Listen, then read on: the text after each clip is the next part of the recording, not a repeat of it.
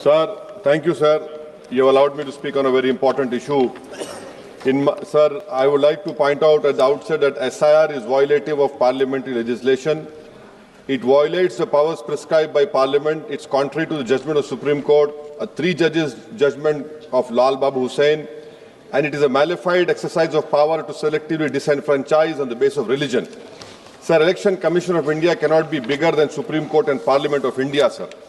Sir, may I point out to you, sir, the representation of the RP Act of 1950 and Registration Electoral Rules 1960 prescribe that inclusion in the electoral roll will be based on self-declaration of citizenship backed by one of 6 documents of identity prescribed in Form 6 of 1960 rules, including Aadhaar. Now, this is an act which was passed in Parliament, sir. Supreme Court, in its Lal Babu Hussain judgment, held that once an voter has been included in the electoral roll, there is a presumption that they are citizens and they cannot be removed except by an inquiry into the citizenship of the individual voter and giving them an opportunity of hearing after informing the basis on which doubt arose concerning citizenship.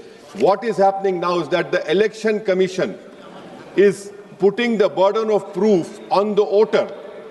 It is completely in violation of the Representative People Act 1950, Electoral Rules of 1960 passed by this House and the Supreme Court judgment of Lal Babu Hussain, sir. SIR, sir, has turned this head on its head and puts onus on the voters, sir.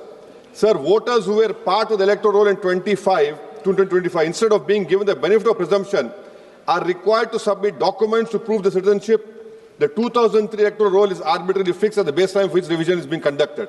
Sir, ECI is not a body empowered to go into question of citizenship. A power lies with Ministry of Home Affairs, Government of India, and Foreigners Tribunal created under the Foreigners Act. Sir, may I point out to you that what ECI is doing is wrong.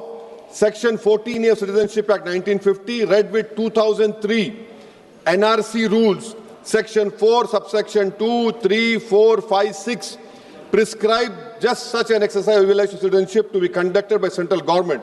How is it the ECI is assuming the power given to another agency of Parliament just by passing as you order? This is an occupied field. The ECI has no role to intervene. Sir, as per the ECI release, 65 lakh voters were included, whose names were included in the electoral roll after the commencement of SIR exercise omitted from draft roll published on August 1, 2025. After that, sir, several lakh voters where names were included draft roll were served with show cause notice. I have the copy of show cause notice that doubts had arisen on their right to be included in the electoral roll and they were asked to appear in person with documents to prove that they were entitled to be included in the electoral roll. So on what basis did the ECI issue these notices? How did the doubt arouse? Form 6 rule has been passed by this August House. How can the ECI do it? They are violating the sanctity of a law that is passed in this August House. Sir, eventually 3.66 lakh such persons were deleted from the electoral roll with no order made available in the public domain, giving the reason for deletion. Sir, under the SIR order, these persons are to be referred to authorities tribunal dealing with illegal foreign migration. Now, sir, look at this, what the government is supporting the ECI. When this 3.66 lakh such persons deleted, the government immediately, which was the draft is published on 30th August and finally 30th September, this government came out with the new Immigration and Foreigners Act 2025 and was notified, and an Immigration Foreigners Exemption Order 2025 cemetery is promulgated the same day. Under this order, sir, no action under Foreigners Act will be taken against illegal entry, presence for citizens of Nepal, Bhutan, Tibet and Sri Lanka, Tamils, in addition to persons other than Muslims belonging to Afghanistan, Pakistan, Bangladesh. Sir, when Supreme Court is seized on the petition of CAA, government issues a foreign exemption order. Why? Because they realize that in this 3.66 lakh, there can be people more than the non-Muslim also to protect them. You have done it, and then after 5 years CAA, you will give them citizenship. That is why I say that this whole exercise, sir, I'm concluding, sir. This is why I say this whole exercise is a backdoor NRC. Sir, Ambedkar was asked, is India's democracy? He said only in formal sense. To be democracy in the substantial sense, political power was held by the most marginalized and the weakest. He repeatedly said political power is the key to social progress. You have only 4% Muslims over here. The ruling party has no Muslim member. If Lok Sabha increase representation of OBCs and the upper caste is there, now it is at the cost of whom? Muslims are not there. They're not being reflected in the secular parties. For example, if Muslim majority seats like Wayanad can elect non-Muslims, surely Rai Bareli, Amethi, Ottawa can elect Muslims, sir.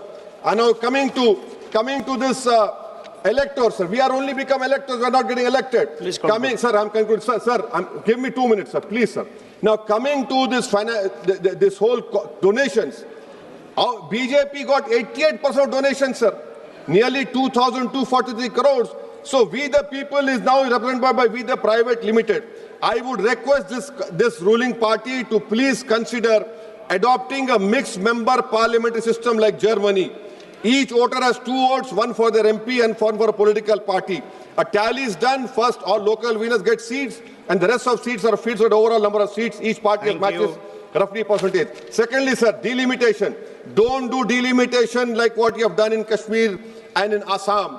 Because if BJP it is delimitation, another game, it has to win. Then the loser is going to other political parties.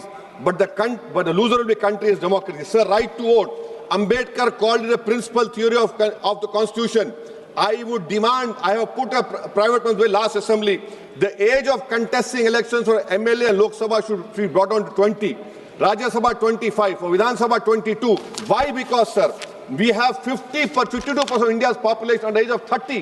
What are we giving to them? So that is why I propose. And lastly, Thank sir, you. and I'm including this. Lastly, sir. Sir, I'm just concluding, sir. Lastly, sir, we must build a consensus and make right to vote a fundamental right. I oppose the SIR. This is nothing but backdoor NRC. This is an exercise, a selective exercise to disenfranchise people in the name of religion. Thank you, sir.